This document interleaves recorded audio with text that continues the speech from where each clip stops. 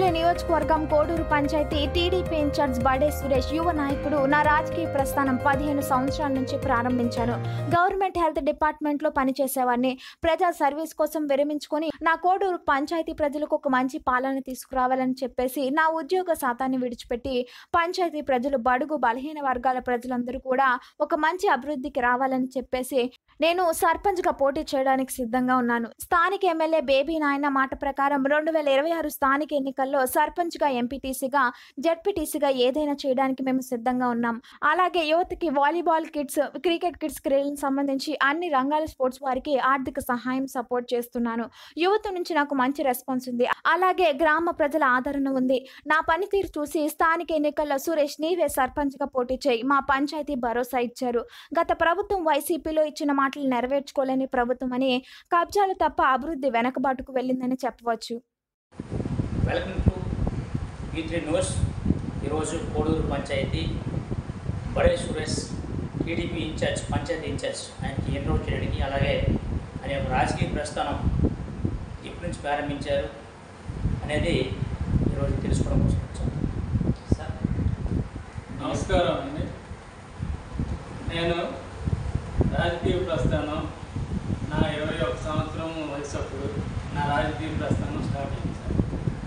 నేను బయట health inspector training అయ్యి ఉన్న చదువుల కోసం ప్రయత్నిస్తూ ఉంటే విలేజ్లో వచ్చి ఒక 15 రోజులు సెలవులకే వచ్చినప్పుడు ఇక్కడ మా గ్రామ పరిస్థితి, వాతావరణం అన్నీ పరిశీలించి ఏం చేద్దామని అందరి సమక్షంలో గ్రామ పెద్దలు అందరం కూర్చొని ఆలోచించుకుని ఉన్నప్పుడు దివంగత తల్లి, తండ్రి, గురువు అయిన సమానమైనటువంటి కీర్తిశేషుడు జయప్రకాష్ గారు మమ్మల్ని గుర్తించి మా ఊరు వచ్చి, పెద్దవాళ్ళు ఉన్నారు కానీ యూత్ నుంచి అయితే అభివృద్ధి బాగుంటుంది, తెలుగుదేశం పార్టీ పట్ల అందరూ ఆకర్షితులే, ఏ రకమైన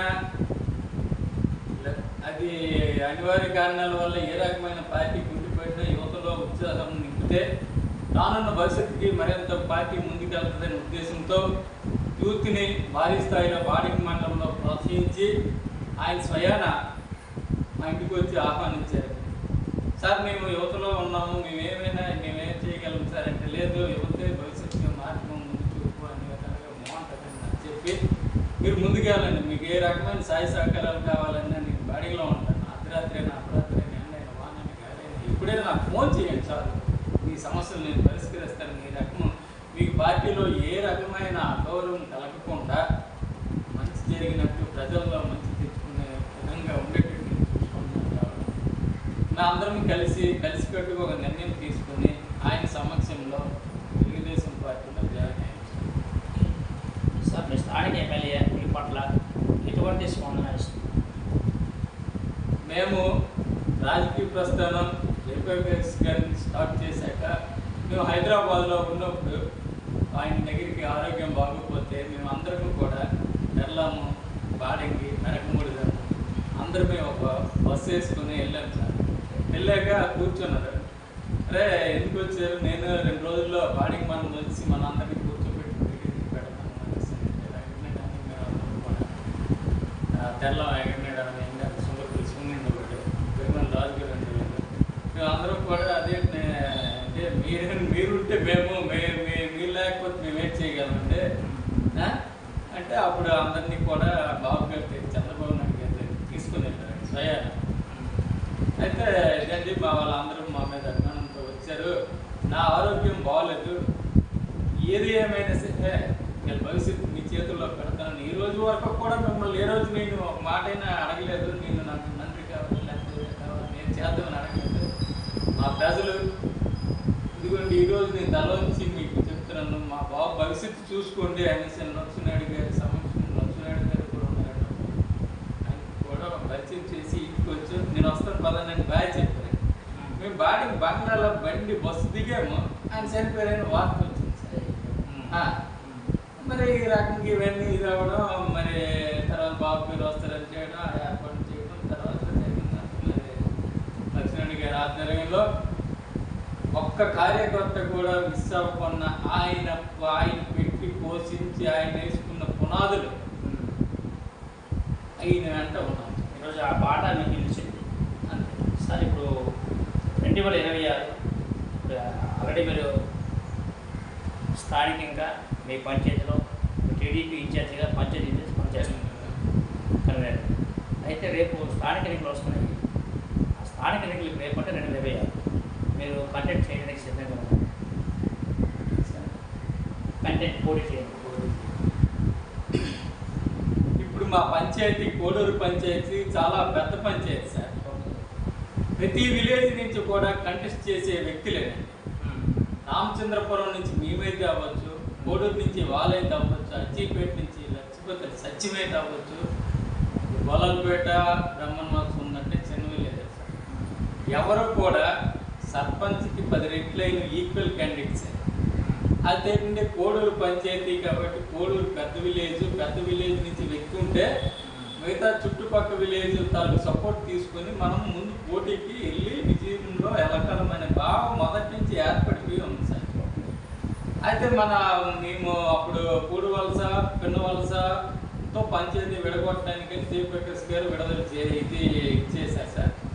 అది అనివార్య కారణాల వల్ల అవ్వలేదు. లాస్ట్ టైం వచ్చినా దాన్ని సరిగ్గా అడ్మినిస్ట్రేషన్ చేసుకోలేకపోవడం వల్ల అది తేలేకపోయింది సార్ పంచాయతీని. అది లక్ష్మీనాయుడు గారు ఇన్ఛార్జి బాధ్యత తీసుకున్నాక చంద్రబాబు నాయుడు గారు సీఎంగా ఉండేటప్పుడు మాకు ఒక సపరేట్ బూత్ ఏర్పాటు చేశారు సార్ మా విలేజ్కి. పార్టీ ఆదేశిస్తే దీనికేనా మా ఇన్ఛార్జి గారు అవనివ్వండి, మా లక్ష్మీనాయుడు గారు అవనివ్వండి, ఎమ్మెల్యే గారు బేబీ నాయన్ గారు అయినా ఏది పోటీ చేయమన్నా, ఎక్కడ పోటీ చేయమన్నా, ఏ రకంగా ఉండమన్నా పార్టీ ఆదేశాలకి వాళ్ళకి గ్రామ ప్రజలకి కట్టుబడి మేము ఇప్పుడు ముందే ఉంటారు సార్. పెద్దూరు ఆలు చేయాలి ఏం చేయకూడదు అనే భావం ఏం లేదు. పార్టీ ఆదేశిస్తే దేనికైనా ఓకే సార్. సీరియస్గా మీకు నామినేట్ పోస్ట్ చేయమని చిన్న విషయం. ఒకనొక సందర్భంలోన ఇక్కడ కోఆపరేటివ్ ఎలక్షన్స్ అయినప్పుడు ఊడిపొలస మేజర్ పంచాయతీ, ఆకులకట్ట పంచాయతీ, వెంకంపేట ఆకులకట్ట పంచాయతీ ఉండి, కోడూరు పంచాయతీ ఉండి మా ఊరిలో ఉండేటప్పుడు లక్ష్మీనాయుడు గారు ఆదేశించారు, సురేష్ నువ్వైతే కోఆపరేటివ్ డైరెక్ట్గా నిల్చో, అన్ని విలేజ్లు ఉన్నా వాళ్ళు గెలలేరని కాదు, ఉన్నారు వ్యక్తులు, కానీ మీకున్న ఫ్యామిలీ బ్యాక్గ్రౌండ్ చుట్టుపక్కల ఉన్న విలేజ్లు చిన్నప్పటి నుంచి నువ్వు చేస్తున్న కార్యక్రమాల వల్ల నువ్వు ఎలాగైనా కన్విన్స్ చేసి విజయం చేకూర్చగలవు. నువ్వు గెలిచి నాకు బహుమతిగా నువ్వు ఇవ్వు, నాకు అదే చాలు. రాజశేఖర రెడ్డి గారు సీఎం, ఇక్కడ అన్ని ఇది ఉన్నా సరే ఇక్కడ మేము గెలుచుకొని కోఆపరేటివ్ ప్రెసిడెంట్ ఆయన కానుకే ఇచ్చాను సార్. ఓకే, థ్యాంక్ యూ అండి. ఇప్పుడు ఎమ్మెల్యే గారి పనితీరు, కూటమి ప్రభుత్వం సూపర్ 6 ఫ్రీ బస్సు ఇలాంటివన్నీ కూడా ఏ విధమైన స్పందన వచ్చింది మీ పంచాయతీలో, మీ యొక్క ప్రజలు, మీ అంశాలు? అయితే మన తెలుగుదేశం పార్టీ ప్రభుత్వం ఏర్పడినాక, కూటమి పార్టీ ప్రభుత్వం ఏర్పడినాక బాబు గారు ఏ రకమైన హామీలు ఇచ్చినా అది సాధ్యం చేయగలే నైపుణ్యత, రాజకీయ చతురత ఆయనకి ఉందని ప్రజలందరికీ నమ్మకము ఉంది సార్. కానీ గత ప్రభుత్వము ఆర్థికంగా రాష్ట్రాన్ని దివాలా తీయించి అతి దారుణమైన పరిస్థితులు, ప్రజలు భయభ్రాంతులకు గురి చేయడం వలన ఇవన్నీ నెట్టుకొని ఇచ్చిన హామీల్ని ఎలా నెరవేర్తించగలరు అనే మాకు చిన్న భయాందోళనగా ఉండేది సార్. హామీలు నెరవేరిస్తే మాకు గ్రామాభివృద్ధులు ఇవన్నీ కూడా గుర్తుపెట్టిపోతాయి, అవతల ప్రజలకి అవన్నీ చేసుకుంటూ వెళ్తే ఇవి అయిపోతాయి. ఈ కార్యకర్తలు తాలూకా కష్టపడే రాత్రింబవల్లో పార్టీ కోసం కష్టపడి ఎన్నో ఆశలు పెట్టుకుని ఉండే కార్యకర్తలు, ముఖ్య నాయకులు, యూత్ ఏమవుతారనే ఆందోళన పడ్డాను సార్. అయితే ఇప్పటికైతే సంక్షేమం బాటలో, అభివృద్ధి బాటలో ముందుకు తీసుకుని వెళ్తున్నారు. మరి పార్టీలు కూడా ఇక్కడ స్థానిక ఎమ్మెల్యేలు అవ్వచ్చు, లక్ష్మీనాయుడు గారు కూడా చైర్మన్ లక్ష్మీనాయుడు గారు అవ్వచ్చు, ముఖ్యంగా పార్టీ అట్టడుగు స్థాయిలో ఉండేటప్పుడు రాత్రి భవన్లో ఎవరైతే కష్టపడి పార్టీకి నిస్వార్థంగా డబ్బులకైనా లంగకన్నా ఏ రకమైన భయభ్రాంతులు గురి చేసినా సరే వాళ్ళ ప్రాణాలు ఒడ్డి మరి పార్టీ కోసం కష్టపడే కార్యకర్తల్ని గుర్తించి వాళ్ళకి సరైన న్యాయం చేయండి. న్యాయం అంటే ఏమి కాదు, వాళ్ళు ఎవరు ఊళ్ళో ఎంతమంది ఉంటారు, మహా ఉంటే ఒక 5 ఉంటారు. వాళ్ళ పేర్లు తెలుసుకుని వాళ్ళు గుర్తుపెట్టుకుని మేము నాయకుడిగా మేమే వెళ్ళవసరం లేదు. మేము అన్ఎక్స్పెక్టెడ్గా ఏమైనా జరగవచ్చు. అంటే పార్టీకి పునాదిని మేము విలేజ్ లెవెల్లో ఏర్పరుస్తున్నాం. మాతో 5 తయారు చేస్తున్నాం. ఒక విత్తనం 5 విత్తనాలు వేస్తాం. వాళ్ళు గుర్తించుకుని పార్టీని ముందుకు తీసుకెళ్తే ఎవరు వచ్చిన పార్టీ పునాదిని ఏమీ చేయలేదు సార్. టీడీపీ పార్టీకి ఉన్న తాలూకా సరైన బలము ఆ చైన్ సిస్టమ్. దాన్ని మర్చిపోకూడదు. మర్చిపోతే రాజకీయ పరిస్థితులు ఎవరికీ ఉండవు సార్. ఒకసారి వైసీపీ ప్రభుత్వం నెక్స్ట్ రావడానికైనా అవకాశం ఉన్నాయంటారా? మీ కూటమి ఉండగా